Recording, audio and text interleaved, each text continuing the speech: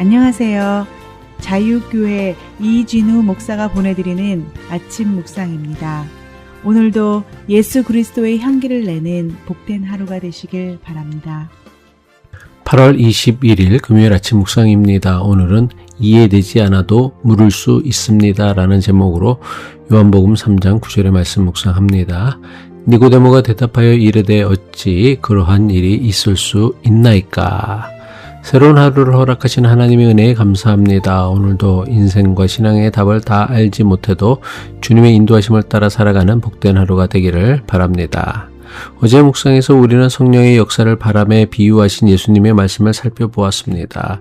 비록 바람은 눈으로 볼 수는 없어도 그 소리와 흔적은 알아볼 수 있듯이 성령께서 어떻게 일하시는지 다 설명할 수는 없어도 그분이 맺으시는 생명의 열매는 발견할 수 있습니다. 예수님께서는 니고데모에게 인간의 노력과 자격만으로는 하나님 나라에 들어갈 수 없으며 성령으로 거듭나야 한다고 말씀하셨습니다. 그러나 니고데모는 예수님의 말씀을 듣고도 여전히 이해할 수 없다는 듯 당혹스러운 질문을 던집니다. 요한복음 3장 9절이죠. 니고데모가 대답하여 이르되 어찌 그러한 일이 있을 수 있나이까. 여기서 니고데모가 말한 그러한 일은 무엇입니까? 물과 성령으로 태어나는 일, 육으로 난 사람이 성령으로 새로워지는 일, 그리고 보이지 않는 성령의 바람이 새 생명을 일으키는 일을 가리킵니다. 니고데모의 질문을 어리석은 불신앙으로만 보아서는 안 됩니다. 그는 이해되지 않는 말씀 앞에서 아는 척하지 않고 자신의 당혹감을 정직하게 드러냈습니다. 그는 율법에 정통하고 백성을 가르치는 이스라엘의 선생이었습니다. 그러나 예수님께서 말씀하신 거듭남은 그의 평생의 지식과 상식만으로는 쉽게 이해할 수 없는 낯선 신비였습니다. 그의 질문에는 자신의 평생 의지해온 종교적 경력과 지식으로는 하나님의 은혜를 다 이해할 수 없다는 깊은 당혹감이 묻어 있습니다. 동시에 하나님의 새 생명을 받아들이기 전에 먼저 그 일이 어떻게 가능한지를 알고 이해하고 싶어하는 인간의 마음이 엿보입니다. 이것은 오늘 우리의 모습이기도 합니다. 우리는 하나님의 은혜를 믿는다고 말하면서도 그 은혜가 내가 이해하고 예상하는 방법으로 나타나기를 바랍니다. 오랫동안 굳어진 성격을 바라보며 묻습니다. 내가 정말 달라질 수 있습니까? 상처가 깊어진 부부와 자녀의 관계를 바라보며 묻습니다. 이미 이렇게 멀어졌는데 다시 가까워질 수 있습니까?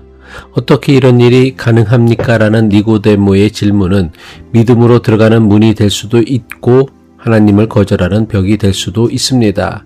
이해되지 않는 것을 가지고 예수님께 나아가 계속 듣고자 한다면 질문은 믿음의 문이 됩니다.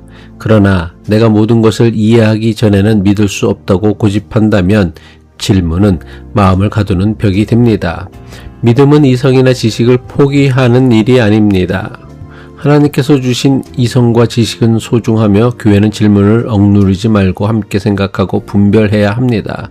그러나 바다를 작은 컵 안에 모두 담을 수 없듯이 하나님의 생명을 인간의 지식 안에 다 가둘 수는 없다는 것을 결코 잊지 말아야 합니다. 우리는 하나님의 은혜를 완전히 설명하기 전에 먼저 경험할 때도 있습니다. 이전까지 도무지 용서할 수 없던 사람을 위해 어느 날 기도하기 시작하고 절망했던 사람이 다시 살아갈 이유를 발견하기도 합니다. 그 변화가 어떻게 시작되었는지 정확히 설명하지 못할 수도 있습니다. 하지만 우리는 흔들리는 나뭇가지를 보고 바람이 불었다는 사실을 알듯이 그 사람 안에 성령께서 일하고 계심을 알아볼 수 있습니다. 이민자로 살아가는 우리의 삶에도 어떻게 이런 일이 일어날 수 있습니까? 라고 묻고 싶은 순간이 너무나 많습니다. 아무리 열심히 살아도 체류 신분의 문제가 풀리지 않고 안정된 줄 알았던 직장이 흔들리며 자녀가 부모의 기대와는 전혀 다른 길을 선택하기도 합니다.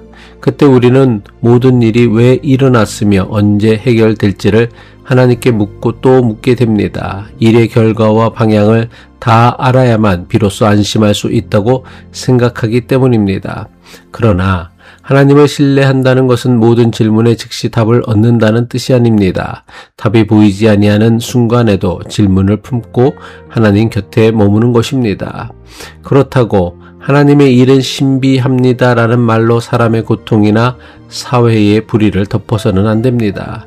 신앙의 신비를 믿는다는 것은 질문을 금지하는 것이 아니라 질문하면서도 사랑과 정의를 포기하지 않는 것입니다.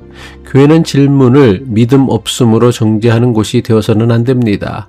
확신에 찬 사람뿐 아니라 저는 아직 모르겠습니다 라고 말하는 사람도 안전하게 머물 수 있어야 합니다. 예수님은 니고데모가 이해하지 못한다고 대화를 중단하지 않으셨습니다.